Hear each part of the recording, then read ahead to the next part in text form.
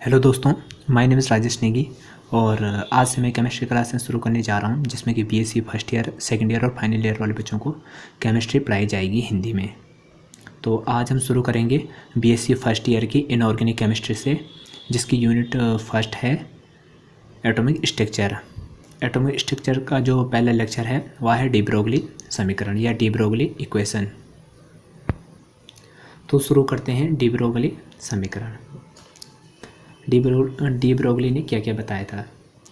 जिस प्रकार से प्रकाश की द्वैती प्रकृति में कण तथा तरंग दोनों के गुण पाए जाते हैं, ठीक उसी प्रकार से डी ब्रोगली ने बताया था कि इलेक्ट्रॉन भी प्रकाश के समान एक ही समय में कण तथा तरंग दोनों के समान व्यवहार प्रदर्शित करते हैं, और इलेक्ट्रॉनों की तरंगों की इसी प्रकृति को डी ब्रोगली की ध्रुव तरंगें कहा जाता है।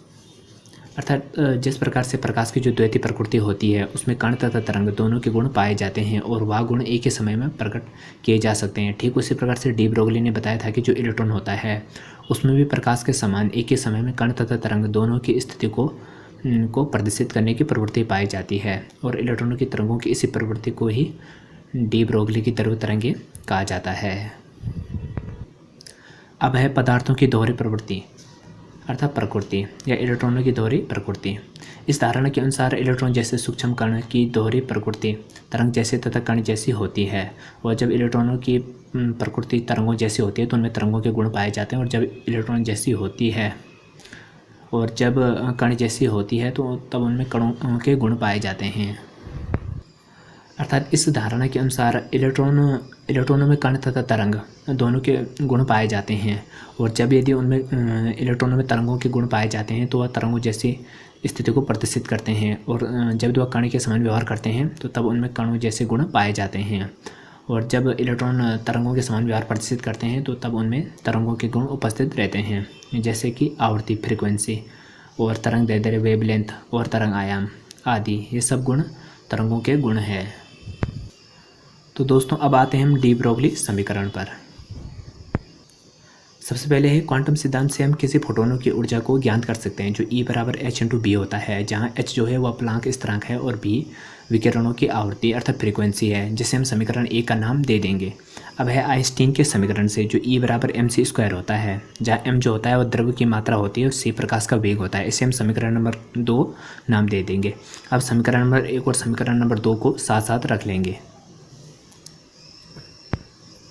और समीकरण नंबर 1 और समीकरण नंबर 2 को साथ साथ रखने पर एच बी बराबर mc² हो जाएगा। फिर हम hb को दाहिनी तरफ ला लेंगे और mc को इस तरफ रख देंगे, और mc² के साथ जो c² है उसे hb यहाँ वो गुणा में इसके साथ वो बट्टे में चलाया जाएगा, जहाँ तब m बराबर h/b/c² हो जाएगा। इसे हम समीकरण नंबर 3 का नाम दे देंगे।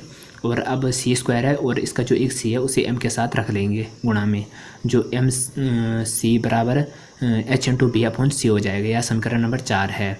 अब है h/λ बराबर mc। यह इसलिए आया क्योंकि c बराबर b/λ होता है और b/c बराबर 1/λ होता है, और इसलिए h/λ बराबर mc होगा, और तब λ बराबर h/mc, और यह होगी समीकरण नंबर 5 है। और समीकरण नंबर 5 से हमें प्रकाश के कण अर्थात फोटोन प्राप्त होते हैं, जहाँ c प्रकाश का वेग है।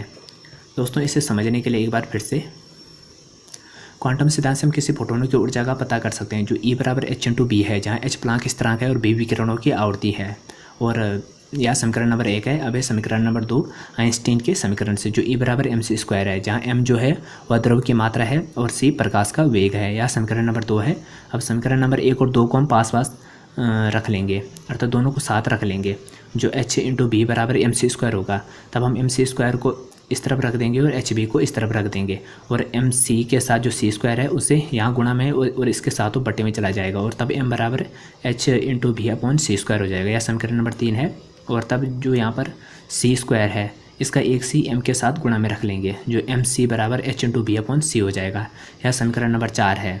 और तब h/λ बराबर m/c हो जाएगा। यह इसलिए है क्योंकि c बराबर b/λ या b/c बराबर 1/λ होता है, इसलिए h/λ बराबर mc होगा, और तब λ बराबर h/mc होगा, यह समीकरण नंबर 5 है। और समीकरण नंबर 5 में हम प्रकाश के कण अर्थात फोटोन का पता लगाते हैं और इसमें हमें फोटोन प्राप्त होता है जहाँ c प्रकाश का वेग होता है।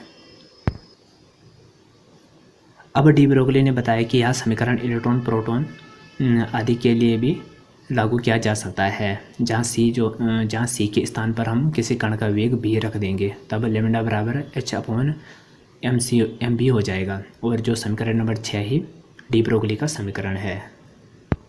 अतः डी ब्रोगली ने बताया था कि यह समीकरण इलेक्ट्रॉन तथा प्रोटॉन आदि के लिए भी लागू किया जा सकता है, जहाँ सी के स्थान पर हम किसी कण का वेग भी रख देंगे, तो तब लेमडा बराबर h/mb हो जाएगा। और समीकरण नंबर 6 ही डी ब्रोगली का समीकरण है। और हम जानते हैं कि mb बराबर p होता है, क्योंकि किसी वस्तु का जो रेखीय संवेग होता है वह उस वस्तु के द्रव्यमान तथा वेग वेक्टर के गुणनफल के बराबर होता है, जो p बराबर mb होता है।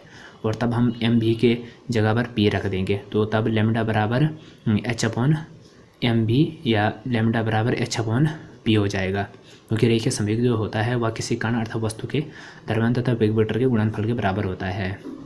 और समीकरण नंबर 6 ही डी ब्रोगली का समीकरण है। या हम इसे लेमडा बराबर h/p से भी प्रदर्शित कर सकते हैं। और किसी कण की जो तरंग दैर्ध्य है वह संवेग परिवर्तन के अर्थात संवेग के व्युत्क्रमानुपाती है। और हम जानते हैं कि जो चीज़ व्युत्क्रमानुपाती होती है उसका मान घटता तथा बढ़ता है।